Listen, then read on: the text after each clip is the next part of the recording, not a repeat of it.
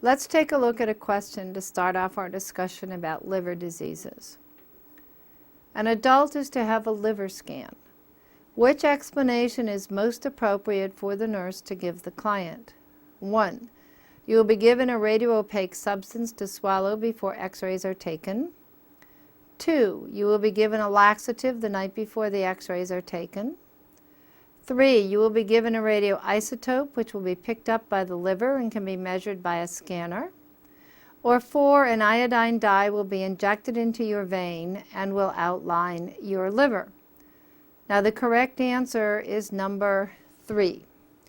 And this describes what goes on with a liver scan. Most scans, except a CT scan, use a radioisotope. Now if you'll note, the question talks about a liver scan, and this is the only answer that picks up and talks about a scanner. So that might have been a clue too, to use those repeated words. But a liver scan, a radioisotope is injected and then picked up by the liver. So this leads us into our discussion about liver. And I thought that the first thing we would do would be to discuss what does the liver do and what happens if it cannot do it. So we'll be looking at the functions of the liver and then what happens in liver failure when the liver cannot do it. And what this will do is describe for us all the symptoms of liver diseases. It makes studying liver diseases ever so much easier. So now the liver converts bilirubin into bile. Bilirubin is a breakdown product of red cells.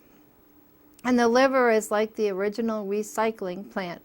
It converts bilirubin to bile, sends the bile over to the gallbladder where it's stored and then can be used to digest your fats. If you're unable to convert bilirubin into bile, the bilirubin stays in the bloodstream and turns you yellow. So if the skin is yellow, we usually use the term jaundice. If the sclera are yellow, we use the term icterus. The liver also detoxifies and breaks down substances. So everything that you take in by mouth, the first thing it runs through the liver before it's broken down. Drugs given IM and IV get into the circulatory system, but they also get run through the liver to be broken down. Now, if the liver cannot detoxify substances, one would expect alterations in drug metabolism. Frequently, you get drug toxicity much more quickly. Now, the liver plays a role in carbohydrate metabolism. Remember, the liver can convert extra glucose to glycogen, stores the glycogen, and then converts glycogen to glucose so that you can have glucose on a continuing basis. If the liver is sick and cannot do that, the patient develops, of course, fatigue. The liver plays a role in protein metabolism. It deactivates amino acids and removes ammonia from the bloodstream. Ammonia is toxic to the brain. So if the liver could not do that, you get high serum ammonia levels, and this is going to cause confusion and eventually hepatic coma. Now the liver makes plasma proteins. The liver makes albumin. Albumin is responsible for your osmotic pressure. It sucks fluid into the bloodstream, so it's responsible for fluid balance, osmotic pressure, and fluid balance. If you don't have albumin, this is one of the causes of ascites. Now, plasma proteins are also, antibodies are plasma proteins. So if your liver is not able to make those, your patient may be in greater risk for infections. The liver makes prothrombin, as we have mentioned. Prothrombin is a clotting factor. If you don't have enough prothrombin, you bleed. And you may have seen patients with, alcoholic patients with ecchymotic areas all over their whole body. That's due in large part to the lack of prothrombin because the sick liver cannot make adequate amounts of prothrombin. The liver makes cholesterol. You may say, wait a minute, I thought cholesterol was bad for you. Too much is. You do need some cholesterol in your body. It helps to make hormones, including sex hormones. But don't go out and start eating a whole lot of cholesterol for that reason. The liver makes all the cholesterol you'll ever need. So if you never ate another bit of cholesterol in your entire life, you would have adequate amounts of cholesterol as long as your liver works. Then the liver stores a bunch of vitamins, including vitamin K, a clotting factor, and also some minerals such as iron. So now, if we take a look and we know what the liver does and what happens when it can't do it, now we know the symptoms of all the liver diseases.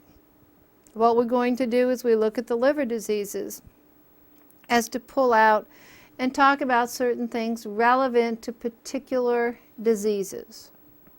So I'm going to go and ask you another question. The nurse is assessing a client suspected of having hepatitis A. Which symptom will the client most likely have initially?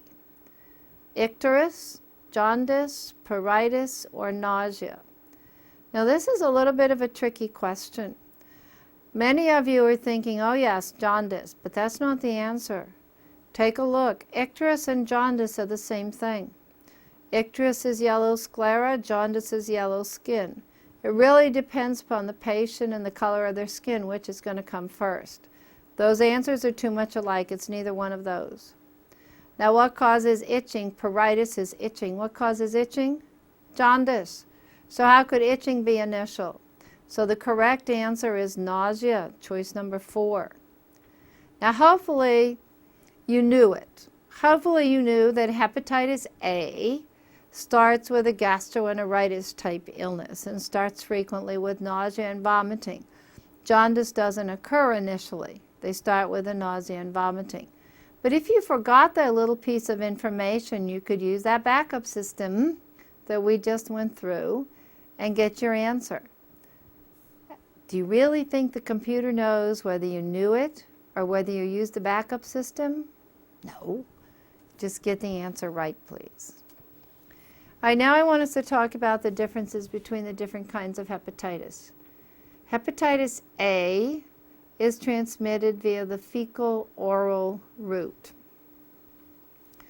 It has an incubation period that's relatively short, about 2 to 6 weeks. Hepatitis B is blood, and it has a much longer incubation period, closer to 2 to 6 months.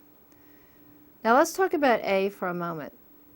Hepatitis A, if it's fecal-oral, so maybe you have someone who has hepatitis A, and sometimes it's so mild you don't even know you have it. Sometimes it kills. But let's say this patient is still able to work. They have hepatitis A, they use the restroom facilities, and they don't wash their hands. And they go back, and they don't obey that little sign either in the restroom that says employees must wash hands. So they go back and they toss your salad without putting any of those little plastic gloves on with those contaminated hands. And 3 weeks later you come down with hepatitis A. So it can be transmitted through food in that manner. Maybe you're a child that's going to school in the Midwest, and everybody that eats in the school cafeteria has fresh strawberries. And 3 weeks later, half the school is out with hepatitis A. Those strawberries have been irrigated with water that was contaminated with hepatitis virus. Or maybe a person was living in a community that has a river running through it, and this small community dumped the sewage into the river. And somebody in that community has hepatitis A. And that virus goes on down to the bay where the oysters are growing and climbs into an oyster shell. And you go and celebrate passing your exam and eat oysters on the half shell. And 3 weeks later you come down with hepatitis A. Now all of those are ways of fecal-oral transmission. So it can be in contaminated water and food, or food that's been associated with contaminated water. That's the transmission of hepatitis A. Now B is blood, and that's blood and primarily blood. You could get it through transfusions, for instance, or someone who was using an IV drug abuser who was using contaminated needles. You could get hepatitis B. There are a couple other kinds of hepatitis you need to know about for the exam. Hepatitis C, and that's transmitted more like B. It's bloodborne. It's also sexually transmitted. Now, we also have a hepatitis E that's been asked on the exam. Hepatitis E is fecal-oral transmission. Now, how do you remember how they're all transmitted? I'll give you a couple of memory tools, and if they're useful to you, please use them. Some people say the vowels, A and E, affect the bowels. So that might be a way to remember that this is the one that is enteric. So the vowels affect the bowels. So that reminds you it's fecal-oral route of transmission. I've had people tell me, okay, I can remember A is alimentary canal, E is enteric. If that works, use that kind of method. B for blood is easy. That's very easy to remember. Now, we do immunize people against hepatitis B particularly. That is now the first immunization that we give to newborns is for hepatitis B. We're trying very hard to reduce the incidence of this. There is an immunization against hepatitis A. Most people in America have probably not had that immunization.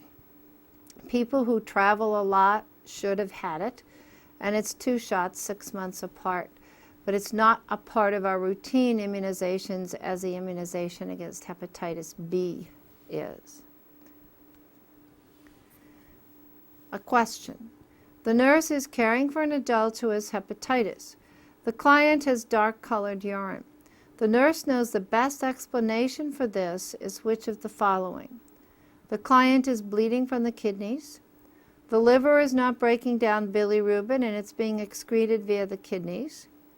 The kidneys are concentrating urine excessively, or medication is causing the urine to be dark in color. And the best answer is number 2. Since the liver doesn't break down bilirubin, the kidneys say, let me help you. And they put it out in a form called urobilinogen, which makes the urine quite dark. Some people describe it as smoky colored or really dark, almost black colored urine. Now, in patients who have liver disease, if the disease is relatively mild, one would expect that their diet would be high in carbs for energy and high in proteins for tissue repair. The liver likes to fix itself, and given half a chance, it will fix itself. If the disease is severe, if they are in hepatic failure, one would expect that the diet would be high carbs so that all their energy needs are met by the foods they take in, and low protein. In failure, then, the liver is not able to break down the proteins and into the amino acids. So on a mild disease, high carb, high protein for tissue repair. Severe disease is in hepatic failure, high carb, low protein. I would like us next to take a look and talk about cirrhosis. Now, the most common type of cirrhosis is alcoholic cirrhosis or Leydig cirrhosis. As we start to think about what happens to the liver when a person drinks a lot of alcohol. So the first picture up here I have for you is that of a normal liver. And if you don't know what normal liver looks like, go to the grocery store and go to the meat department and look at some cat's liver. Yours looks very much like that. Now, when people first start to drink heavily, if they should start to drink heavily, you may see a fatty liver. So initially, all those extra calories and all can go to the liver and make a fatty liver. As a nurse friend of mine who used to work with adolescent substance abusers said that these kids were coming in, to quote her, with livers hanging down to their knees. Now, I think she exaggerated a little bit. I don't think they were quite to the knees. But what she meant was you could easily palpate the liver below the rib cage. Normally, you shouldn't be able to. But early in alcoholic liver disease, you may be able to. Now, I said before, the liver likes to fix itself. It likes to repair itself. So if this youngster should moderate their ways and decide to moderate the amount of alcohol intake, then the liver would be able to repair and fix itself. If, however, they chose to take another path and continue with heavy alcohol intake over a period of years, usually it takes years, although occasionally you'll get an adolescent with it, but over the period of years, the alcohol, which is actually a poison, will kill your liver cells. And it makes that liver all small and hard and knobby. And we call this cirrhosis of the liver. So it's all shrunk up. It's all small and hard and knobby. So if you had a patient admitted with cirrhosis of the liver, would you expect to be able to palpate the liver below the rib cage? No, of course not. It's all small, hard, and knobby. Now, I want us to look at another thing. I want us to look at portal circulation and what effect this has. Now, in portal circulation, all of everything you absorb all the way through the GI tract, so all the food you eat, the nutrients, all of that kind of thing is picked up, goes into the portal vein, runs through the liver, gets detoxified, broken down, all the things the liver does, before it goes out into the vena cava and out to the body. So the liver is very busy and it breaks down everything. Now imagine that this liver is cirrhotic now, and instead of being that nice spongy liver, it's all small and hard and knobby. So if it's small and hard and knobby, can this blood from the portal circulation flow freely through it? No. This is the second reason for ascites. Before I said one reason was not enough albumin. The second reason for ascites is portal hypertension. So it's going to cause a backup of fluid. It's almost like putting a dam on a river. If the blood can't flow through it, it backs up. And so this contributes significantly to the development of ascites in patients with liver disease. And remember, we talked about the paracentesis a little bit ago, and that might be done for the person with ascites from liver disease. Now I want us to look back at the picture again, because I want us to see another effect of this portal hypertension. So we're going to make this liver small and hard and knobby, and the circulation is backing up here. Note, it's not very far from the liver over here to the base of the esophagus. And so one of the areas of highest portal hypertension is right in here. And oftentimes patients will develop varicose veins at the base of the esophagus. We call those esophageal varices. And sometimes they rupture and bleed.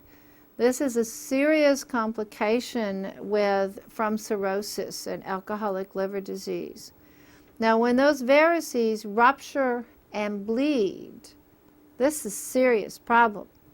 Many times we have to use something called a Senstocken-Blakemore tube for this patient. So this is a tube. It's actually a triple lumen tube. It has 3 lumens. So if you look at this tube, you see the gastric aspiration. So that's just like any old NG tube. It goes down into the stomach and sucks out the blood and all that's there. But now we have a gastric balloon. And this gastric balloon anchors it and keeps the tube right in place. We have an esophageal balloon that's blown up to put pressure and try and stop the bleeding from the varices. And you notice that we've got it tightly to this football helmet type apparatus. And what that does is it keeps the tube really taut and tight. Now, would you give this patient any ice chips? Not even one. No, not even one. Because Ice chips will melt, they swallow them, where can they go? Nowhere, because that is blocked with that esophageal balloon. In fact, this patient has a tube down the other nostril that goes down here into the esophagus for esophageal aspiration. That would also be hooked up to suction to suck out any saliva and all that they have swallowed. Now, one of the complications that can occur from this, if this tube gets dislodged and these balloons move, what's right in front of this? The trachea. So if those balloons move, this patient could have severe respiratory distress. So if they should develop sudden severe respiratory distress, you need to take the scissors that should be at the bedside and cut the tube. That would instantly deflate the balloons and at least allow them to breathe.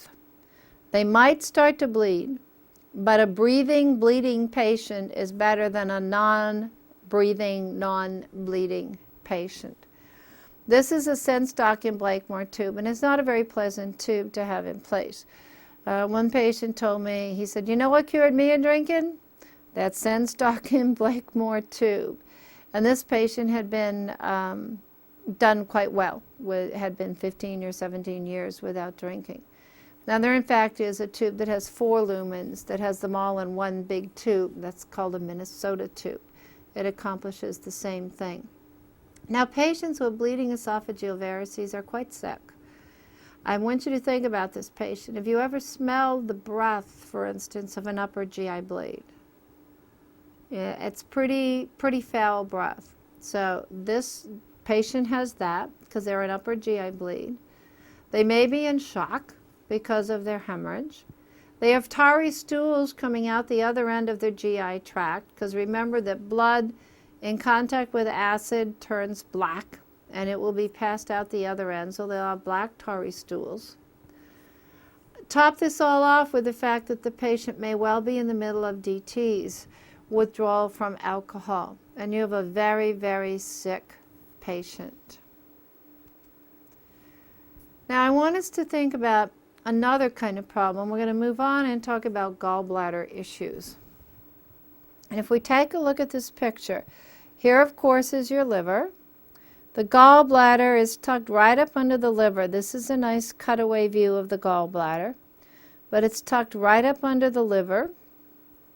And remember, the liver made bile, send it over to the gallbladder where it's stored, and every time you eat, it goes squish, whoosh, and goes out into the common bile duct, then on down and goes into the duodenum here, right at the level of the sphincter of Oddi. Now, that bile has cholesterol crystals in it, and sometimes these form into gallstones. Imagine what it would feel like if the gallbladder squeezes and you've got stones in there. It causes pain. And where is the pain? Now, sometimes indeed it might be right upper quadrant pain, but the most common referral site for gallbladder pain is under the right scapula. So it's in the back, under the right shoulder blade. So the patient says, I don't understand it. I eat and I get pain in my back. Now you say, which side? They say, oh, on the right side, right by that right shoulder blade. You know this patient has gallbladder disease. So right scapular pain is the referral site for gallbladder disease. We can remove the gallbladder, and there are 2 ways to do it. The gallbladder can be removed with an abdominal incision. That's the old-fashioned way, in which case they use a right subcostal incision. This is going to take about 4 to 6 weeks for the patient to recover from. They can do a laparoscopic procedure where they put the scope in right near the belly button and make a few little stab wounds over near the gallbladder. And it looks for all the world like the physician is playing a video game, because he's watching on the monitor and moving his instruments, snipping out the gallbladder. This patient has a dressing that consists of Band-Aids and will be back at work in 2 weeks or less. So if you ever have to have gallbladder surgery, I hope it will be a laparoscopic approach for you. Patients who have gallbladder disease, we usually do not use morphine, because if you take a look back at the picture, you'll note that right here is the sphincter of Oddi. Morphine tends to make it harder for that sphincter of Oddi to open up and allow the bile to go into the duodenum. So for gallbladder disease and also for people with pancreatic illnesses, morphine is usually not the drug of choice. Demerol might be better, but morphine is not usually the drug of choice because of its action on the sphincter of Oddi. Now I want us to take a moment and think about pancreatic disease. Your pancreas, if we look at the picture, is right here. So here's the head of the pancreas, and here's the tail of the pancreas. So here's the head, and there's the tail. And notice that it kind of goes right behind the stomach. Pancreatic cancer can occur, but there are no early warning signs of pancreatic cancer. So very often, by the time pancreatic cancer is diagnosed, the patient has already had metastasis to either the stomach, the duodenum, or even the liver. So pancreatic cancer is one of the cancers with a relatively poor prognosis. Treatment for pancreatic cancer can include removing the head of the pancreas and oftentimes part of the stomach and part of the duodenum, so that they end up with a number of problems. So we talked about dumping syndrome. These patients are apt to have dumping syndrome. If they weren't a diabetic before, they're going to be diabetic now because we're removing a good part of the pancreas where the islets of Langerhans are that make insulin.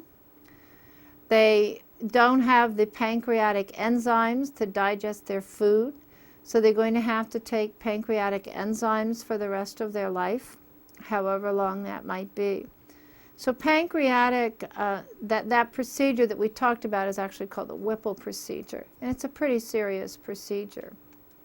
Now, these patients with pancreatic disease need pancreatic enzymes, as we mentioned. So those who had their pancreas removed in part, people who have pancreatitis, even cystic fibrosis, which we will talk more about in the pediatric tape. These patients will need enzymes, and they need to be given with food. That's sometimes a question they ask. You give it with food. Not an hour before a meal, not an hour after a meal, with food. Put it in the applesauce. Give it with food, because the purpose of those enzymes is to digest food. Now, we talked a few minutes ago about cancer of the pancreas and the Whipple procedure, and this picture pretty much summarizes that for us and the nursing care related to it. An awful lot of patients that have this procedure really don't do extremely well with it. It's a very serious procedure, and the disease has usually already spread. Sometimes they'll contain the disease by the procedure, but it's not always a curative procedure. This concludes a discussion of GI